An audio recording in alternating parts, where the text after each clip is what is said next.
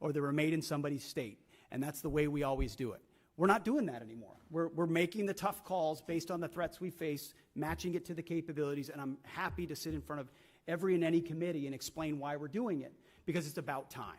It's about time we challenge that, and that doesn't mean we don't want input. We do want input. We know why people are invested in certain programs and certain systems, but it's our job to make the tough calls, and President Trump has asked us to do that. I'm willing to make the tough calls, whether it's on personnel, systems, platforms, modernization, and partner with folks like General Kane and the Joint Staff who've been with us in every step of the way. I appreciate that. So we got a little more time. So Secretary Hegseth, as the department looks to stay ahead of near-peer threats, will the defense budget continue to invest in hypersonic weapons and defense systems, including unmanned, high-Mach, and next-gen aviation technologies? The answer is yes. In a way, unfortunately, the previous administration did not. So if you're looking at long-range fires, autonomous systems, hypersonics are part of warfare of the long-range drones, a part of the warfare of the future. That means we're investing in them to be better than our adversaries. Not accept the fact that we have matching capabilities, but what more can we do to enhance those so we're ahead of the curve?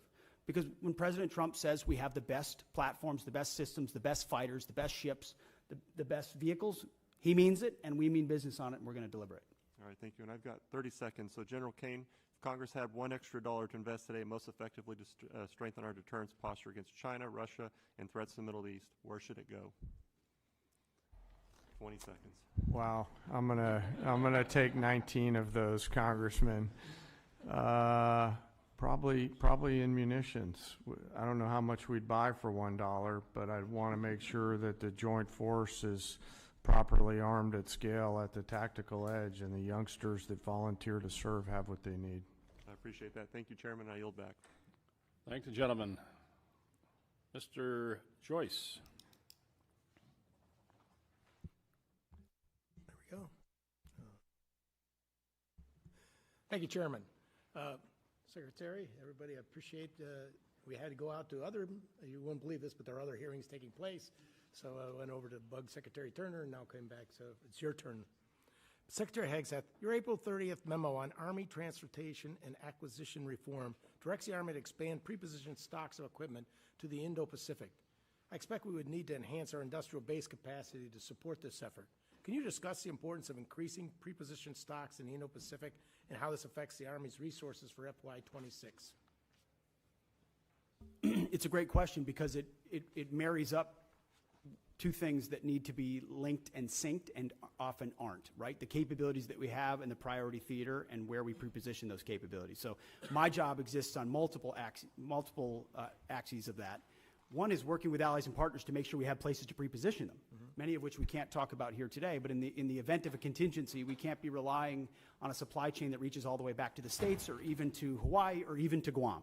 You need to recognize the prepositioning of stocks. But then you have to have those stocks, and they have to be the relevant ones for the systems that you're deploying, and you need a defense industrial base to deliver on that, which is why we've made historic investments in munitions, focusing on priority munitions that would be applied in our priority theater, with a recognition that every munition we spend somewhere else, and I say that as someone who, very proudly, we conducted a very successful freedom of navigation campaign against the Houthis to ensure that our ships don't, and by the way, 2 of our ships transited the BAM successfully and the ceasefire held very recently. So doesn't mean you don't expend munitions, you judiciously expend them with an understanding that you have to safeguard others for future fights and prepositioning and then invest in your industrial base. And I think that's why you see a budget with a 13% increase.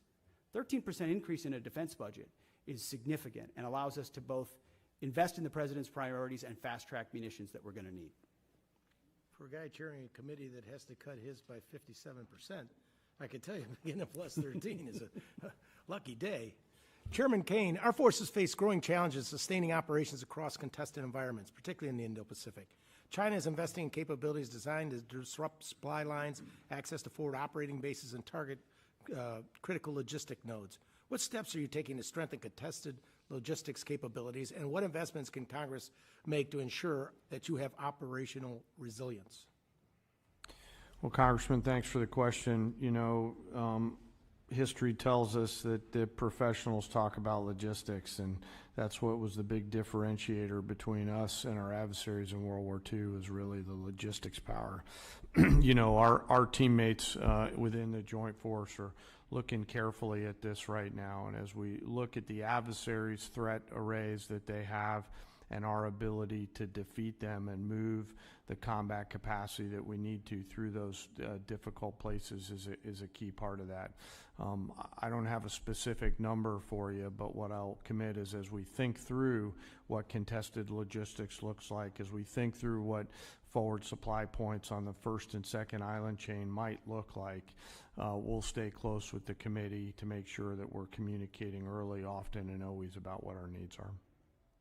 I certainly appreciate that, and I throw out that having a small Air Force Reserve airport in Youngstown, Ohio area. Some great C-130Js up there, Thank you. Congressman. Yeah. Appreciate the help on our fire department for the new inventory we got. But the old stuff we had there, you had maybe 8 planes. You were cannibalizing 3 to feed the 5 because we didn't have parts and storage and those type of things. And I think that's has played out in other areas for us as well. And we need to not only make sure we have the manufacturing industrial base, but we also have the ability to have the parts and inventory on to keep all those things online, or we have to remove them from service. Yes, sir. I know General Alvin and the team at the Air Force is looking hard at that too, to make sure that we've got the right stuff on the shelf prior to that we need, not just in the C-130 community, but the other airframes within the Air Force, and frankly the Joint Force. Parts are always going to be a driver, and I'm really encouraged by the innovation that's happening to look at things like additive manufacturing, where we get a hold of the specs from companies like Lockheed and others and can just 3D print right on the spot of the requirement. Those have to be in any procurement you do from now on. That you Yes, sir. I think so, sir. It's, you know, the force of the future will fix on the spot, so they'll need to be able to have the parts right there. And as we look at mission command and delegating authorities and responsibilities to our younger commanders and you know, complex command and control problems, part of that is going to be the ability to sustain our force out there at the edge. Thank you very much, General. Yes, sir. I yield back. And thinking of logistics, it made me think at, what was it, General Marshall, who went out in the 30s and met with a young lieutenant colonel, and said is the best logistics officer I've ever met. And that was General Eisenhower. 3 years later, he was a 4-star general. So wars, logistics are important. Mr. Anderholt, you're recognized. Thank you. Thank you, Mr. Chairman, and thanks everyone for being here today, this morning. And as we wrap up the hearing today, let me say the Golden Dome Initiative represents, in my opinion, a substantial investment in our national security, and I credit this administration in pursuing this bold project, and I share your ambition for it. So thank you for moving forward on that. I want to follow up with from my colleague from New York. The President has said that he has chosen an option that will total $175 billion. Can you confirm that number, and when do you hope to make this system of systems operational?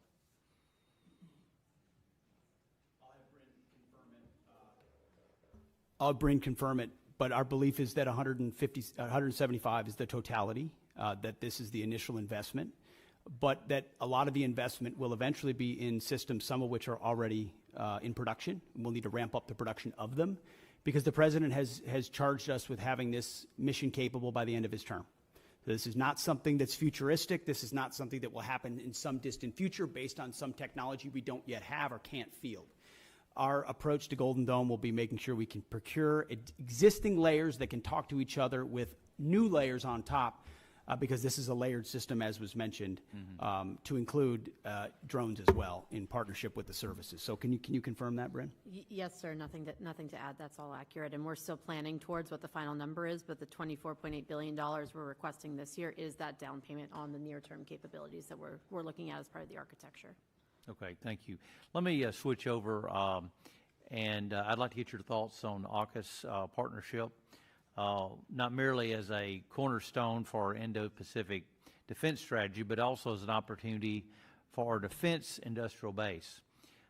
In fact, we've heard from a lot of Australian and UK businesses who are ready, willing, and able to move production to the U.S., given the new regulatory framework under Pillar 2. Britain and Australia set the standard for defense cooperation, bringing real capability and firepower to the fight. Can you preview how this administration intends to fund Pillar 2 efforts to develop and field joint capabilities between all three partners? It's a great question, sir. I've spent a great deal of time with both Minister of Defense Marles from Australia, as well as Secretary of Defense Healy from the UK, to really get our arms around what would be mutually beneficial in this trilateral arrangement. So there's the recognition with Australia in Pillar 1 that they're investing in our defense industrial base. We want to provide them capabilities. We want to make sure those capabilities are part of how they use them with submarines, but also how they integrate with us as allies.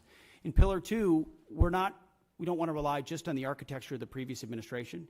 We're looking at sort of the opportunity for a signature program or programs we can work on together that benefit all three, that create processes or procurement opportunities of systems we need for future fights. And we've had, in fact, as recently as last week, I spoke with Secretary Healy about that, and we're looking for those 1 or 2 signature programs. We've got a menu of options. We're at the point where we'll get to right-sizing it and determining it.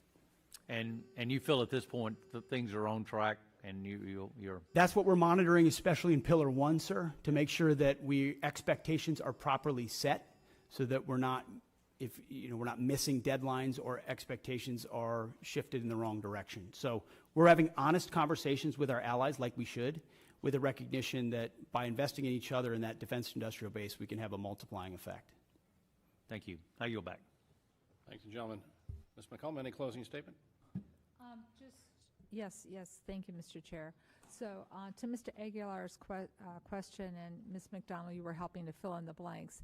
The money's coming from FSRM, and that's about a 25% cut to that budget to fill on what's happening on the border and now what's happening in Los Angeles. If you could get us the details of what's not going to happen in that account because of that, that would be fabulous. We might want to look and see if we prioritize things in next year's budget to make sure that they're covered. Mr. Secretary, the top line on the budget before us is $830 billion. It is not $901 billion. It's just not. That's the number we have to work with. You can talk about an increase. You've got a lot of things baked in. Hopefully that goes in reconciliation, $6 billion for revitalizing shipyards, 3.5 for F-47s, 25 for Golden Dome. But that's all in reconciliation. And we can't include that in any of our planning.